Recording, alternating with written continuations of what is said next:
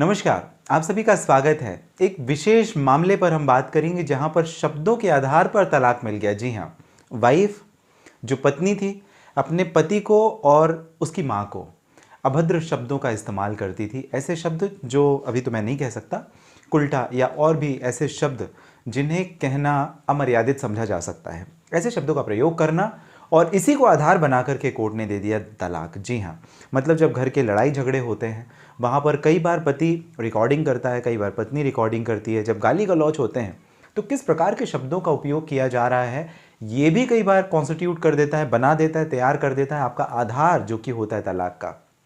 जैसा इस केस में हुआ था और ये केस रिपोर्ट किया गया था, एक मैंने रिपोर्ट पढ़ी थी हिंदुस्तान टाइम्स में जो कि 27/3/2016 की है।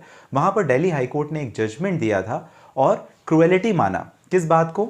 अपने पति को पत्नी क्या कहती थी जब ऑफिस के उसके जो कॉलीग्स थे उनके साथ में जो उसके दोस्त काम करते थे उनके सामने वो कहती थी ऑब्सेस एलिफेंट, मतलब जो मोटा हाथी कहते हैं ना, वैसा मोटा हाथी, काला हाथी, गेंडा है, इस तरीके के जो अपशब्द हैं वैसा इस्तेमाल करना उसके ऑफिस के जो साथ में सहयोगी काम करते हैं उनके सामने।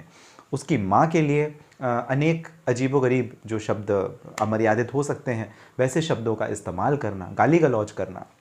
कोर्ट ने ये माना कि ये सारी चीज़ें, यदि इस प्रकार की चीज़ें जो इंसल्ट कर रही हैं हस्बैंड को उनके कॉलीग्स के सामने, ये सब कुछ कॉन्स्टिट्यूट करता है मानसिक प्रताड़ना और इसे भी आधार बना करके लिया जा सकता है तलाक। जी हाँ, आप इंटरनेट में सर्च करेंगे हिंदुस्तान टाइम की रिपोर्ट 27/3/2016 दिल्ली हाई कोर्ट ने यह कहा कि इस प्रकार के अमर्यादित शब्दों का इस्तेमाल करना या अपने जो सास ससुर हैं उनके प्रति या जो ननद हैं उनके प्रति अभद्र शब्दों का इस्तेमाल, गाली गलौज का इस्तेमाल करना भी ये हो जाएगा तलाक का आधार जो कि मानसिक प्रताड़ना में आता है।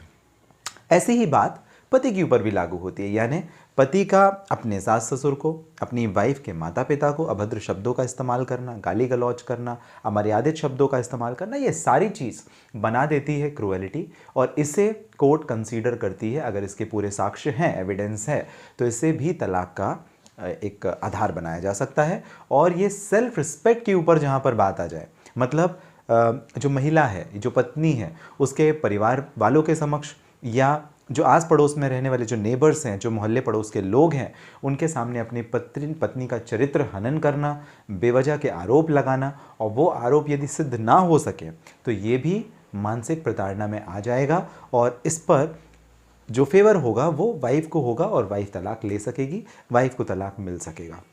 तो ये कुछ जजमेंट बताने का मेरा आपको प्रयास था जहां पर आप जरा समझ सकें कि शब्दों के आधार पर भी कैसे मानसिक प्रताड़ना बनती है, तैयार होती है। यहाँ पे कोई मारपीट नहीं हुई, यहाँ पे कोई दहेज नहीं मांगा गया, यहाँ पे कुछ ऐसा नहीं हुआ, लेकिन गाली गलौज की गई, अपमान किया गया और जो सेल्फ रिस्पेक्ट के अगेंस्ट में था उसे भी कोर्ट ने कंसीडर किया कि क्रुएलिटी है, ये मानसिक प्रताड़ना है। क्या आपका भी ऐसा ही कुछ केस है? यदि आप मुझे बात करना चाहें बिल्कुल कर सकते हैं बेशक, या कि कमेंट बॉक्स में आप अपना जो भी मैसेज है वो ड्रॉप कर दें, मैं कोशिश करूंगा आपको जवाब देने की।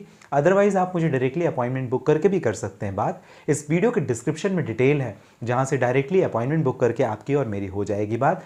अगर इस चैनल के माध्यम से दी गई जानकारी आपको पसंद आती है, अच्छी लगती है आपको, तो आप सब्सक्राइब ज़रूर कर दें। जी हाँ, सब्सक्राइब करेंगे, सब्सक्राइबर तो बढ़ेंगे, हमारा कॉन्फिडेंस थोड़ा सा और बढ़ जाएगा। जी हाँ, तो बस इतनी अपेक्षा है और आप हमेशा अपने परिवार के साथ स्वस्थ और सुरक्षित रहें, इसी कामना के साथ मिलते हैं अगले वीडियो में। तब तक के लिए आप सभी का बहुत धन्यवाद।